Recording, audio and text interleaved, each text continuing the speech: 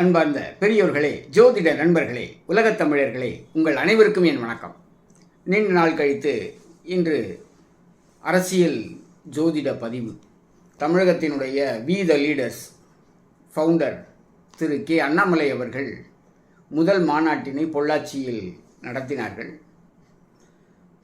பிஜேபியினுடைய முக்கியமான பொறுப்பாளர்களில் ஒருவராக இருந்து பின்னாளில் பிஜேபியிலிருந்து விலகி தற்போது வி த லீடர்ஸ் என்ற மக்கள் இயக்கத்தை ஆரம்பித்திருக்கிறார்.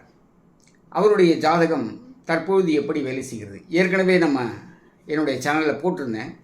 இந்த எலெக்ஷனில், அதாவது 2026 சட்டமன்ற தேர்தலில் அவர் போட்டியிட மாட்டார், அவருடைய ஜாதகம் அதற்கு சப்போர்ட் பண்ணலை அப்படின்னு சொல்லி நான் அவருடைய வீடியோ போட்டிருந்தேன்.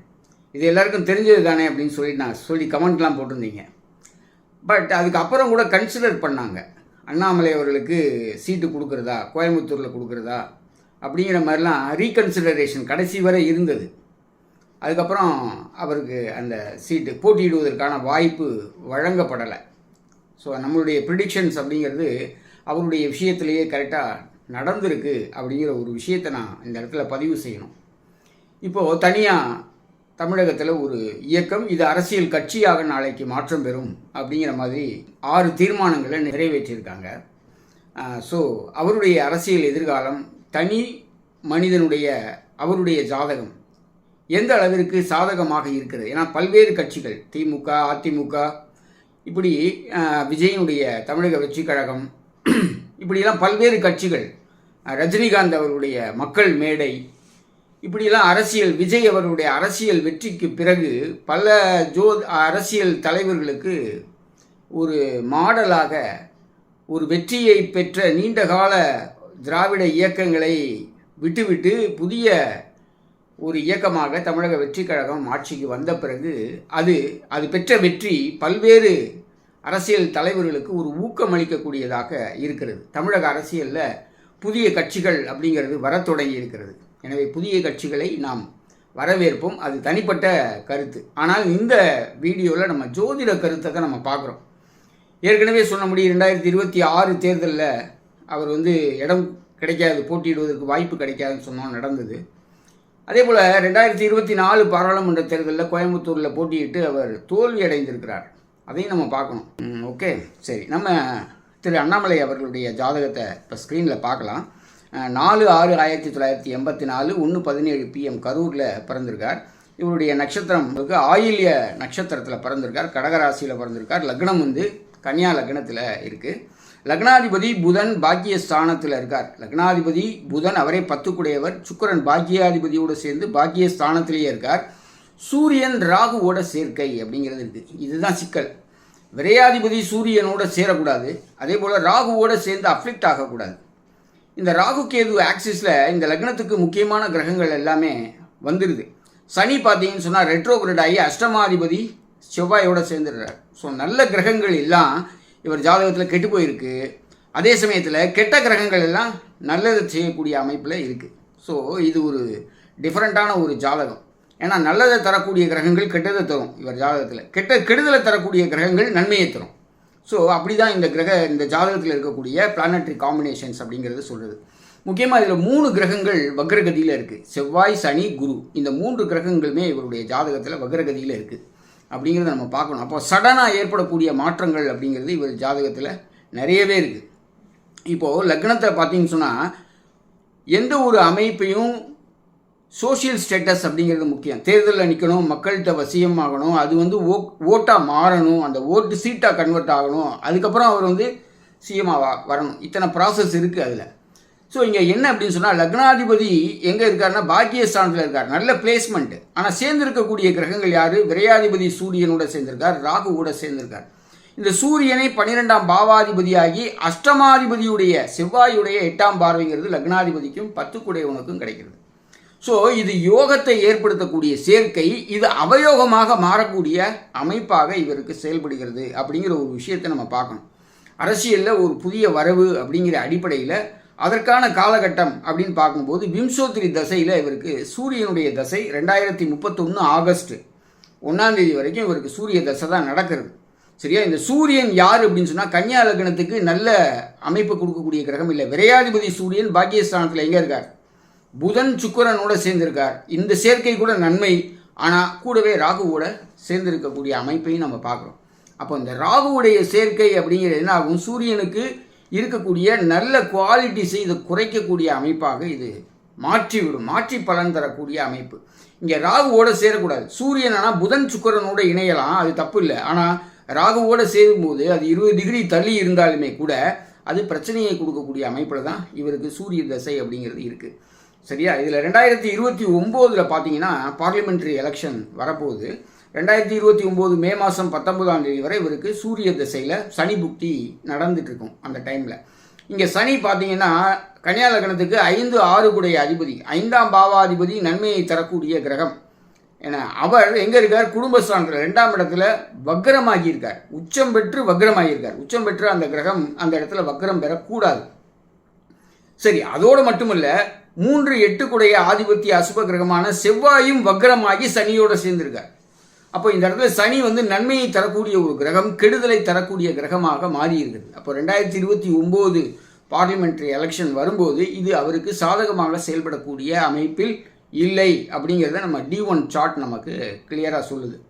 இது உங்களுக்கு ஆர்டினரி விம்சோத்ரி தசையை அடிப்படையாக கொண்டு பார்க்கும்போது ஏற்படக்கூடிய பலன். சரியா? இப்போ இவருடைய ஜாதகத்தில் பார்த்தீங்கன்னு சொன்னால் இதுக்கு அப்ளிகபிள் தசான்னு ஒன்று இருக்குது. என்ன அப்ளிகபிள் தசா அப்படின்னு சொன்னால் லக்னாதிபதி எங்கே இருக்கார்? 9ஆம் இடத்துல இருக்கார். அவர் கூட எங்கே யார் இருக்கார்? ராகு இருக்கார். லக்னத்தில் ராகு இல்லை, லக்னாதிபதியோட ராகு. லக்னாதிபதிக்கு கேந்திர திரிகோணமாக இருக்கக்கூடிய புதனோட இணைந்து ராகு இருக்கார். அப்போ இவருக்கு கண்டிஷனல் தசாவில் பார்த்தீங்கன்னு சொன்னால் அஷ்டோதிரி தசை தான் இம்ப்ளிமெண்ட் ஆகும். நான் ரெண்டையுமே உங்களுக்கு சொல்கிறேன். 2 ரிசல்ட்டுமே எப்படி அரைவாரேன் அப்படிங்கிறத நீங்கள் புரிஞ்சுக்கிறதுக்காக தான் இதை நான் சொல்கிறேன். ஆக்சுவலாக இவருடைய ஜாதகத்துக்கு எது வேலை செய்யும் அப்படின்னு சொன்னால் அஷ்டோதிரி தசா தான் வேலை செய்யும். ஸோ அஷ்டோதிரி தசா அப்படி பார்க்கும்போது இவர் 2035 செப்டம்பர் 4ஆம் தேதி வரை 2025லேருந்து 2035 வரை இருக்கக்கூடிய காலகட்டம் சனியினுடைய தசா, மேஜர் தசா அப்படிங்கிறது நடக்குது. சரியா? இப்போது 2029 2028 மே மாதத்துலேருந்து 2029 ஜூன் 21ஆம் தேதி வரை இருக்கக்கூடிய புக்தி அப்படிங்கிறது ராகுவுடைய புக்தி நடந்துட்டுருக்கு. இப்போ ராகு எங்கே இருக்கார்? அவருடைய D1 சார்ட்டில் பாருங்கள். ராகு பாக்கிய ஸ்தானத்தில் இருக்கார். 9ஆம் இடத்துல ராகுக்கு அது என்ன ஸ்தானம்? மரணகாரக ஸ்தானம். அவர் யாரோடலாம் சேர்ந்துருக்கார் பாருங்கள்? புதன் சுக்கிரன் சூரியனோட சேர்ந்துருக்கார். ஸோ அதனால் ஒரு பெரிய முன்னேற்றம் அப்படிங்கிறது ஏற்படாது. இதை நீங்கள் இன்னொன்று ஆஸ்பெக்ட்லேயும் பார்க்கணும். அவருடைய தசாம்சா சார்ட்லேயும் நம்ம இது ரிஃப்ளெக்ட் ஆகிறத பார்க்குறோம். இவருடைய தசாம்சா சார்ட் லக்னம் மிதுன லக்னம்.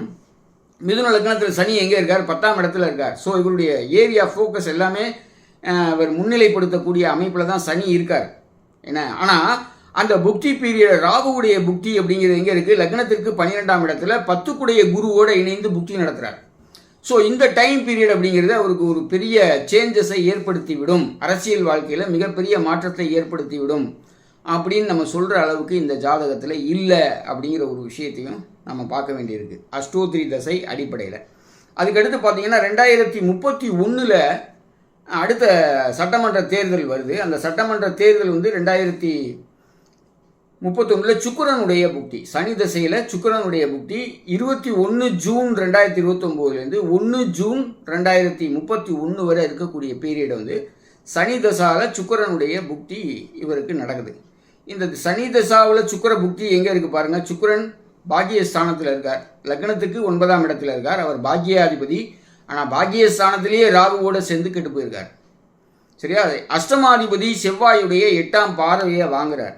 புதன் சூரியன் ராகு சேர்க்கைங்கிறது சுக்கிரனுக்கு ஒரு சாதகமான ஒரு கிரக காம்பினேஷன் கிடையாது அப்படிங்கிறத நம்ம பார்க்குறோம். அதே சமயத்தில் பார்த்தீங்கன்னு சொன்னால் இவருடைய D10 சார்ட்டில் பார்த்தீங்கன்னா அந்த சனி தசையினுடைய சுக்கிர புக்தி அப்படிங்கிறது லக்னத்தில் சுக்கிரன் புக்தி நடத்தக்கூடிய அமைப்பை நம்ம பார்க்குறோம். ஆனால் சுக்கிரனுக்கு வீடு கொடுத்த புதன் எங்கே இருக்கார்? லக்னத்துக்கு 8ஆம் இடத்துல இருக்கார். கடந்த தேர்தலில் பார்லிமெண்ட்ரி எலெக்ஷனில் கோயம்புத்தூரில் போட்டியிட்டு கிட்டத்தட்ட 1 லட்சம் ஓட்டு வித்தியாசத்தில் தோல்வி அடைந்த நிலைக்கு என்ன காரணம் அப்படின்னு சொன்னால் இதுக்கு முன்னாடி நடந்த தசையினுடைய புதனுடைய புக்தி அவருக்கு நடந்தது. ஸோ அந்த காரணத்தினால்தான் இங்கே அவருடைய தோல்வி அப்படிங்கிறது ஏற்பட்டது. ஸோ இவருடைய ஜாதகத்தை பார்க்கும்போது அடுத்து வரக்கூடிய 5 ஆண்டு காலகட்டம் அப்படிங்கிறத பார்த்தோம்னா இவருக்கு ஒரு முக்கியமான இடம் இருக்கிறது. புதிய முயற்சியை தொடங்கி இருக்கிறார். அதற்கான சப்போர்ட் எல்லாமே இருக்குது, அவருக்கான ஆதரவெல்லாம் இருக்குது. ஆனால் அந்த ஆதரவு என்பது இவரை அரசியல் மாற்றத்தை, இவருடைய வார்த்தைகளிலேயே சொல்வோமே ஆனால் 2026 எப்படி மாற்றம் ஏற்பட்டதோ அப்படி 2031 ஒரு மாற்றம் ஏற்படும் என்று சொல்லக்கூடிய அளவிற்கு இவருடைய ஜாதகத்தில் அந்த மாற்றத்திற்கான வாய்ப்புகள் இல்லை அப்படிங்கிறத நம்ம கிளியர் கட்டாக சொல்ல முடியும். அதே சமயம் எதிர்க்கட்சி தலைவர் ஆவதற்கான வாய்ப்புகள் அப்படிங்கிறது இல்லாமல் இல்லை அப்படிங்கிறதையும் நம்ம இந்த இடத்துல யோசித்து பார்க்க வேண்டியிருக்கு. ஏன்னா ஆளுங்கட்சியாக வர முடியல அப்படின்னு சொன்னால் அதுக்கு அடுத்த நிலையில் வருவதற்கு வாய்ப்பு இருக்கா அப்படின்னு சொன்னால் வாய்ப்பு இருக்குது. ஏன்னா இது யோக ஜாதகம் தான். அந்த யோகத்தை ராகு முழுமையாக அனுபவிக்க விடாத ஒரு சூழ்நிலையில் இருக்குது அப்படிங்கிறத நம்ம பார்க்குறோம். ஏன்னா விஜயகாந்த் அவருடைய ஜாதகம் கூட அவர் கட்சி ஆரம்பிக்கும் போது நான் சொன்னேன், அவர் முதல்வராக முடியாது அப்படின்னு சொல்லி நான் அப்போவே கட்டுரைகள் எழுதியிருந்தேன். 2004 அவர் மதுரையில் மாநாடு நடத்தும்போது. அதேபடி அவரால் முதலமைச்சர் ஆக முடியாமலே அவருடைய வாழ்க்கை அப்படிங்கிறது முடிஞ்சு போனது அப்படிங்கிறத நான் பார்த்தேன் என்னுடைய லைஃப்லேயே. ஸோ அதே போல் மக்கள் சப்போர்ட்டு, இளைஞர்களுடைய படித்தவர்களுடைய ஆதரவு என்பது அண்ணாமலை அவர்களுக்கு இருக்கிறது என்றாலும் கூட அவரால் தமிழக முதல்வராக வருவதற்கு 2031 வாய்ப்பில்லை. மத்திய தேர்தல், பாராளுமன்ற தேர்தல் 2029 அவர் மிகப்பெரிய சீட்டெல்லாம் வெல்வதற்கான வாய்ப்புகள் அப்படிங்கிறதெல்லாம் இல்லை அப்படிங்கிற ஒரு விஷயத்தை தான் நம்ம அவருடைய ஜாதகத்தில் பார்க்க வேண்டியிருக்கு. இது நிறைய நெகட்டிவிட்டி அப்படிங்கிறதெல்லாம் நிறைய இருக்குது. அவருடைய தியாகங்கள், இழப்புகள் எல்லாமே வாழ்க்கையில் நிறைய இருக்குங்கிறத இண்டிகேட் பண்ணக்கூடிய ஜாதகமாக திரு அண்ணாமலை அவருடைய ஜாதகம் இருக்கிறது அப்படிங்கிற ஒரு விஷயத்தை நம்ம பார்க்குறோம். தொடர்ந்து வரக்கூடிய அரசியலில் விஜய் அவருடைய ஜாதகம் மிகவும் வலுவாக இருக்கிறது, மிகவும் நன்றாகவே இருக்கிறது. மீண்டும் அவர் வருவதற்கான வாய்ப்புகள் கூட அவருடைய ஜாதகத்தில் மிக பிரகாசமாக இருக்கிறது அப்படிங்கிறதையும் நம்ம இந்த இடத்துல அடிஷ்னலாக ஒரு வார்த்தை பார்க்க வேண்டியிருக்கிறது. உங்களுடைய கருத்துக்களையும் கமெண்ட் செக்ஷனில் டைப் செய்யுமாறு கேட்டுக்கொண்டு மீண்டும் ஒரு வீடியோவில் உங்களை சந்திக்கும் வரை உங்களிடமிருந்து நன்றி கூறி விடைபெறுகின்றேன். நன்றி, வணக்கம்.